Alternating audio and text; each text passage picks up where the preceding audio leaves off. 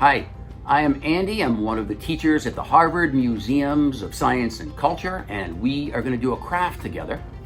I'm going to show you how you can make a paper model of a giant stone monument called a stela.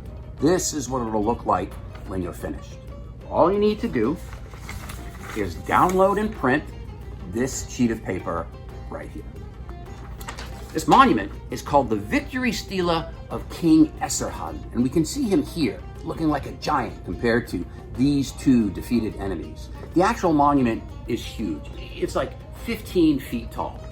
He was the king of ancient Assyria, which today is in the Middle East. And here, he's making some offerings to a bunch of gods represented by all these symbols. I made a colorized one so they're easier for you to see.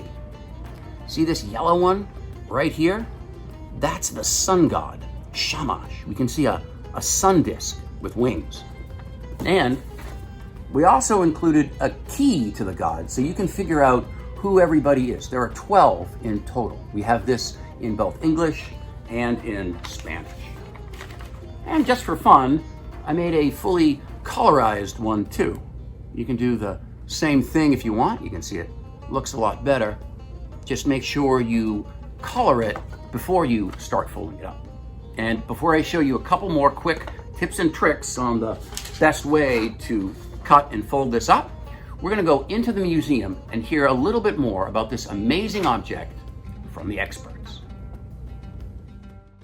But first, really quickly, before you see our version of the monument in the Harvard Museum of the Ancient Near East, I want to show you on the globe where this monument was originally located.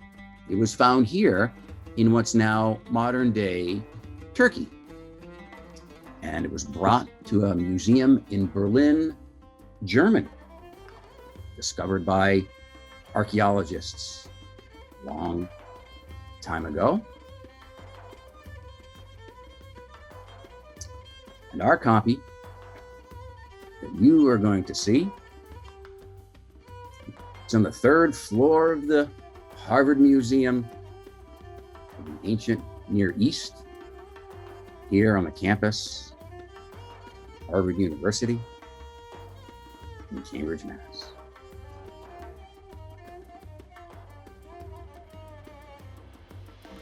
And here we are. You are looking at the largest object in the museum's collection.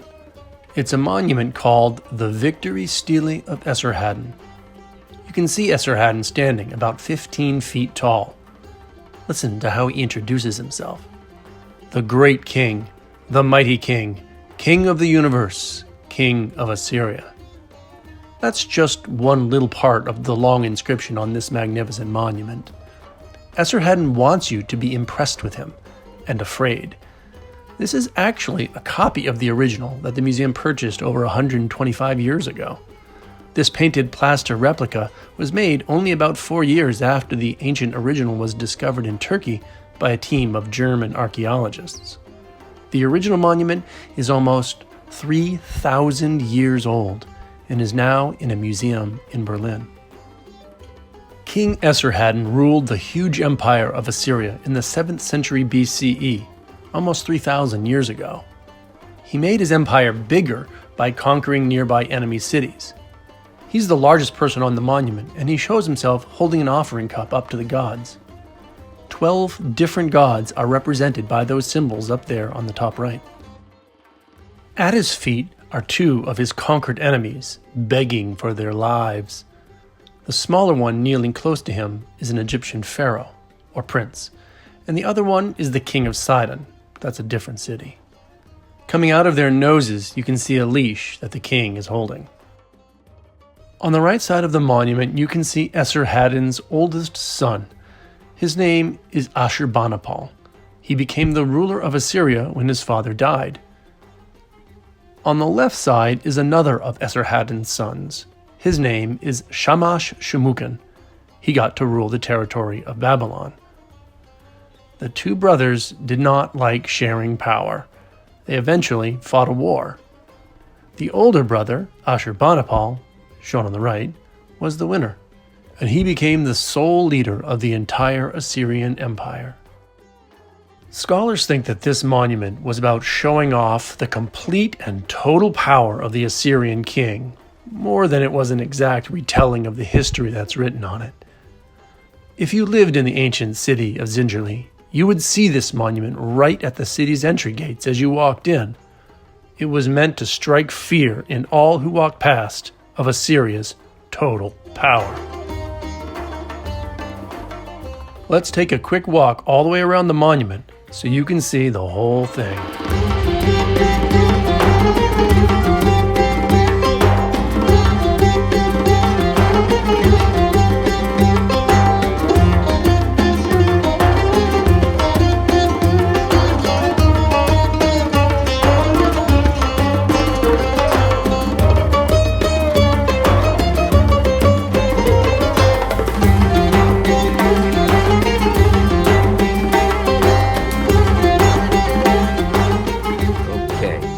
So I found there's tips and tricks to even doing something like cutting and folding paper. Make sure you've got a ruler, your template, you just need scissors and tape. And the first thing you want to do is when you cut, go ahead, and I started the cut line already, but cut on this side of the dark line and remove the top piece. When you've done that, get a nice fold by putting your ruler along that dotted line and fold, believe it or not, away from you. Give it a crease, remove the ruler, and you're done. Do the next one. Get it lined up, fold away from you, pull out the ruler, and really give it a good crease. I like to flip it around. And when you've done all of them, including that little tab, now you've got the lines in place to fold it the right way. There they are. Flip it over, and now give it a good crease. We included a little tab for you, and you simply put it all together, balance it on its side, and you can take a small piece of tape, line them up there on the edge,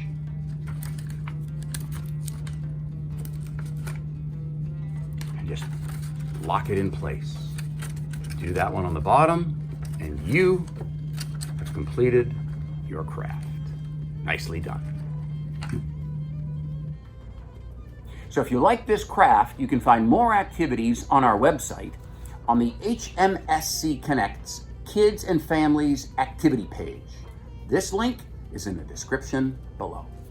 Enjoy!